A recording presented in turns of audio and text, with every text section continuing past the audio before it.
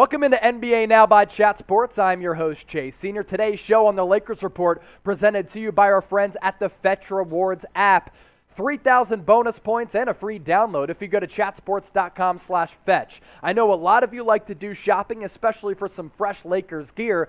No matter where you make a purchase, get your receipts, scan those receipts, get points back for those receipts, like LeBron James in the scoring column. Over time, those points are able to rack up. That then leads to you getting redeemable gift cards. I'm going to put that link in the comments section as well as the description of this video. One more time, it's chatsports.com/fetch. Enter the promo code LAKERS for 3,000 bonus points. Are the Lakers going to make a trade? Are they going to be able to make a trade? Are they going to stand pat because they realize our roster, it ain't it? Well, how about Terrence Ross? He could be a decent rotational player for LA if they decide to maneuver and make a trade ahead of Thursday's NBA trade deadline. According to Marc Stein, the Lakers have been linked to trading for Terrence Ross. It's really not the first time that Los Angeles has shown a little bit of interest in this hyper-scoring guard who can spot start for you coming off the bench as well. He's a veteran who also, on the defensive end, can give you a little bit of 3-and-D value. And I think a lot of people don't realize that this guy's a quality player. He's just been hidden in Orlando for far too long. As for what he's done this year, his points per game output, the lowest that it's been in a little while. Little less than 11 points per game, 2.5 boards. That's really not his specialty. His specialty, shooting the rock. 40.5% from the floor, a little less than 31% from three. If he teams up and plays alongside LeBron James and Anthony Davis, could the numbers go up just a bit and increase as he gets reinvigorated going to a playoff contender? Potentially. We see that happen all the time across all sports. Now, I talk about Ross's numbers being down this year as compared to last year and in previous years in his career. That's definitely the case. Throughout his career, he's been getting it done for a really long time. 10 seasons in total, 11 points per game. He shot around 42% from the hardwood, 36% with volume from beyond the arc. It's a very good and respectable number. And at the charity stripe, pretty good as well, 84% clip. Terrence Ross coming to LA, at the very least, would give Los Angeles a pretty solid bench core on a team that right now is really top-heavy. They become a big three, not led by Russell Westbrook as part of that trio, but really LeBron James, Anthony Davis, and Malik Monk. Outside of that, Lakers don't really have a lot of pieces who you can rely on to put the biscuit in the basket. Terrence Ross can be one of those players who makes your roster a little bit deeper and gives you a little bit of a bulldog edge on the defensive end of the floor. So what do you think the Lakers need more? I want Laker Nation in the comments section. I understand that the fan base has been so frustrated with this team, and rightfully so. Below 500? Given the salaries that are being paid to some of these players and LeBron James playing like an MVP, not acceptable when you expect to be competing for championships year in and year out. But let me know what the Lakers need more. S for shooting, D for defense. This will be the pinned comment on today's video. So if you get hit with that YouTube ad break, just scroll on down and get your votes in. That Lakers loss against the Milwaukee Bucks was awful.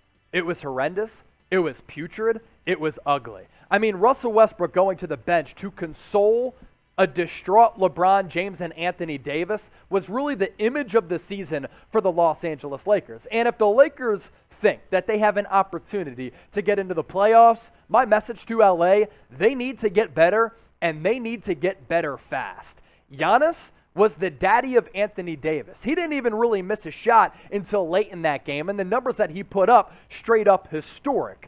But the Lakers' loss to the Bucks could end up being the dagger potentially in the Lakers season, according to The Athletic, which we'll get to here in just a second. But first, let me tell you about the Fetch Rewards app. This app, like LeBron James any given night, is an absolute game changer. No matter where you make a purchase, a large retail store at a place like Target or a local mom and pop shop, if you enjoy supporting local businesses like me, you get your receipts back, you scan your receipts with the app, as that video plays to my right by just hitting that orange icon, and you get points back for every receipt. And if you download the app by going to chatsports.com/fetch, you get 3,000 bonus points by entering the promo code LAKERS, and you get rewarded for all of your shopping. Who doesn't like free gift cards to places like Walmart, Amazon, Fanatics. You want your morning coffee paid for? You get a free gift card to a place like Starbucks. Treat yourself to what you want, when you want it, by downloading the Fetch Rewards app right now. I'll put that link in the comment section as well as the description of this video. One more time, it's chatsports.com/Lakers. Enter the promo code Lakers to get 3,000 bonus points, so you'll be well on your way to getting yourself some free gift cards. LeBron James on the ugly loss to the Bucks. He's actually been pretty forthcoming about the Lakers' struggles this year. I believe that's a good word to use because sometimes he just gives you coach speak. This year he's been really brutally honest, and that's a refreshing change from LeBron James compared to years past. He says, it tells me we ain't on their level. He also did tell me this. It tells me we ain't on their level. I mean, I could have told you that before the game. Do I think we can reach the level where Milwaukee is right now? No. Is that what you wanted to hear? No. Here's what ESPN's Dave McMenamin had to say. A troubling loss to the defending champion Bucks on Tuesday night led to an uneasy admission within the Lakers locker room. The roster is not working, and something must be done to get the team back on course with Thursday's trade deadline fast approaching. And according to The Athletic, the Lakers brass and this front office believe they don't have the roster equipped to make a deep run in the NBA playoffs. And a part of the Lakers' struggles recently and all year has been Russell Westbrook.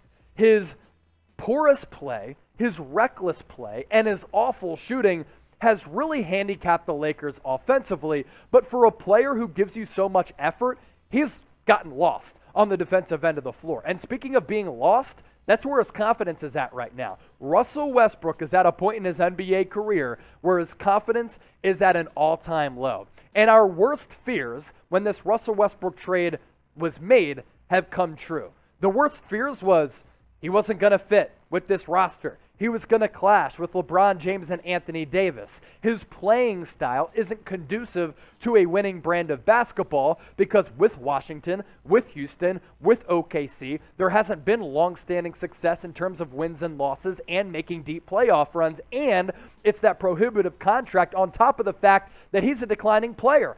All of those fears have rung true for the Los Angeles Lakers. Russell Westbrook has been benched. Russell Westbrook is getting booed at Crypto.com Arena in the city in which he grew up in the city in which he played at UCLA. Westbrook, on being benched, said this: "I don't got that answer for you, brother. I wish I did. I shouldn't have hit any benchmark, to be honest. I put in a lot of work, and I got a lot of respect in this game. I don't have to hit a benchmark, or I shouldn't have to earn it.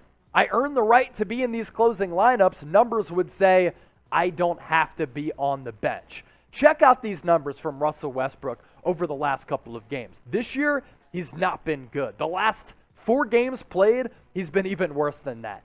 10 points per game for a guy who's really a 20, 10, and 10 walking triple-double any given night. But last 4 games, 10 points per game. He's shooting less than 28% from the floor, not just from 3, but from distance, 15.5%. I talk about a player losing confidence. I could stroke the ball right now better than Russell Westbrook. That ain't no lie. So when you canvass this Lakers roster right now, what do you think is the biggest issue? Is it Russ? Is it defense? Is it coaching? Is it the depth? Is it the way that Rob Pelinka put this team together? You let me know and vent your frustrations in the comment section because I know Laker Nation right now is certainly fired up.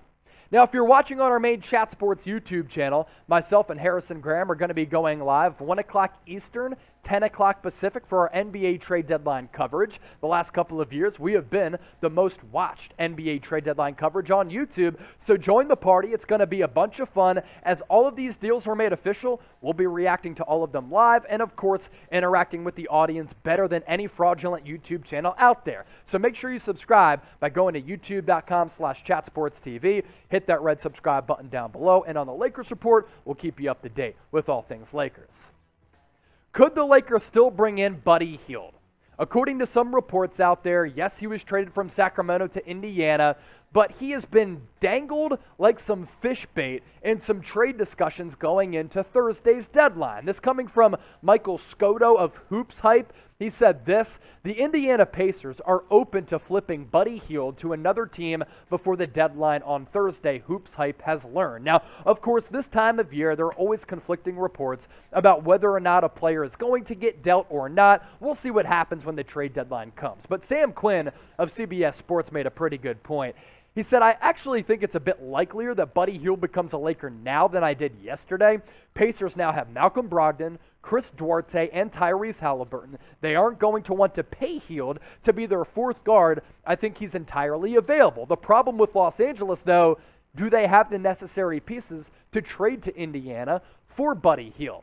With the Pacers being kind of chock full with some young pieces right now, do they even need a large asking price for Buddy Hield?